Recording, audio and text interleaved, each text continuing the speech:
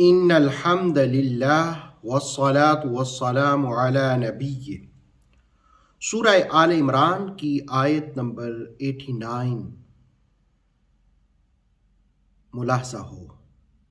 الا الذین تابوا، مگر وہ لوگ جنہوں نے توبہ کی، من بعد ذلک، اس کے بعد، وَأَصْلَحُوا، اور اپنی اصلاح کر لی، فَإِنَّ اللَّهَ غَفُورٌ رَحِيمٌ، بے شک اللہ تعالیٰ معاف کرنے والا، رحم کرنے والا ہے۔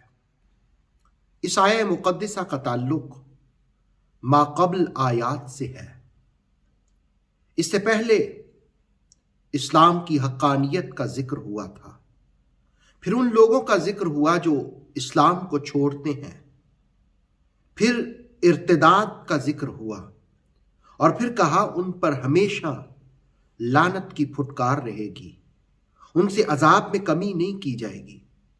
اب استثناء کو 89 نمبر آیت میں بیان کیا، الا الذین تابوا، ہاں وہ لوگ جنہوں نے توبہ کر لی، جنہوں نے رجوع کر لیا۔ توبہ کیسے کی جاتی ہے، اس پر مختلف بزرگ مختلف شرائط جو بیان کرتے ہیں۔ اس مقام پر تفسیر تبصرہ نے 5 شرائط کا ذکر کیا۔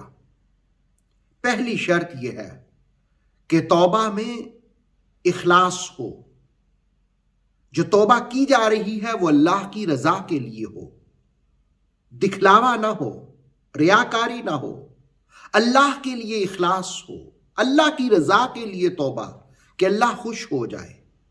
اور دوسری شرط کہ گناہوں پر ندامت، جو خطا کی ہے اس پر شرمندگی۔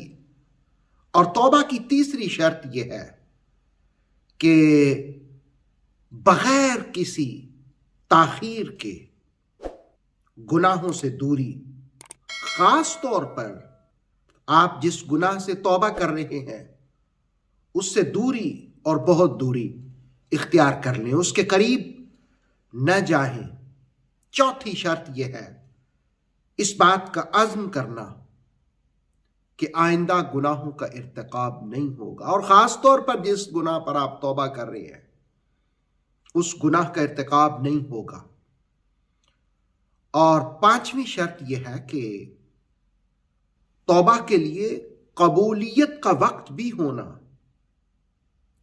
ظاہر ہے جب تک زندگی ہے اللہ رب العالمین نے موقع دیا، اور خاص طور پر گناہ کے ارتکاب کے فوری بعد توبہ کرنا، اور پھر ایسے وقت میں توبہ کرنا، رات کو اٹھ کر کے سحری کے وقت میں، وہ بھی توبہ کا مناسب اور اچھا وقت ہے۔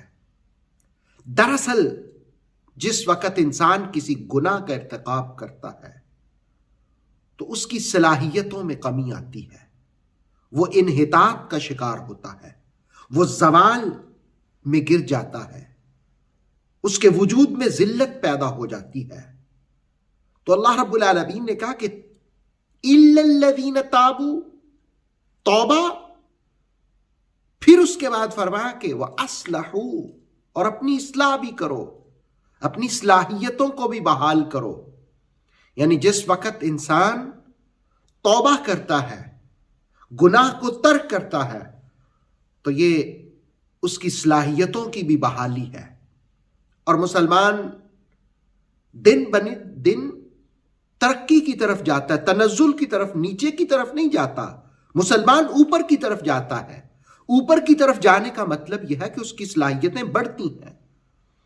اگر صلاحیتیں کم ہوتی چلی جائیں تو اس کا مطلب یہ ہے کہ توبہ کی ضرورت ہے، اس کا مطلب یہ ہے کہ گناہوں پر ندامت کی ضرورت ہے، اس کا مطلب یہ ہے کہ اللہ کے لیے رضا، اللہ کی رضا کے لیے اخلاص کے ساتھ توبہ کی ضرورت ہے، اور شرمندگی کی ضرورت ہے، تاکہ اللہ رب العالمین صلاحیتوں کو پھر بحال کرے۔ رب ذوالجلال تو بہت معاف کرنے والا ہے۔ فَإِنَّ اللَّهَ غَفُورٌ رَحِيمٌ، آیت کا اختتام بتاتا ہے وہ غفور بھی ہے، وہ رحیم بھی ہے۔ صدق کے دل سے اس کے سامنے اپنی پیشانی کو جھکا لو، توبہ کر لو، ندامت اختیار کر لو، شرمندگی اختیار کر لو، آئندہ گناہ نہ کرنے کا عزم کر لو، تو وہ توبہ بھی قبول کرتا ہے، صلاحیتیں بھی عطا فرما دیتا ہے، وہ وجود سے انحطاط کو دور بھی کر دیتا ہے، بلکہ ایک دوسرے مقام پر کہا کہ وہ برائیوں کو حسنات میں بھی بدل دیتا ہے۔ اللہ رب العالمین ہمیں توبہ نصوحہ نصیب فرمائے اور ہماری صلاحیتوں کو بیدار فرمائے۔ اوتھینٹک اسلامک نالج کے لیے نور وحی یوٹیوب چینل کو سبسکرائب کیجئے، بیل آئیکن کو بھی لازمی پریس کریں۔ نور وحی کے فیس بک پیج، ٹک ٹاک اور انسٹاگرام کو بھی فالو اور لائک کیجئے تاکہ ہماری ہر نئی آنے والی ویڈیو آپ تک بر وقت پہنچ سکے۔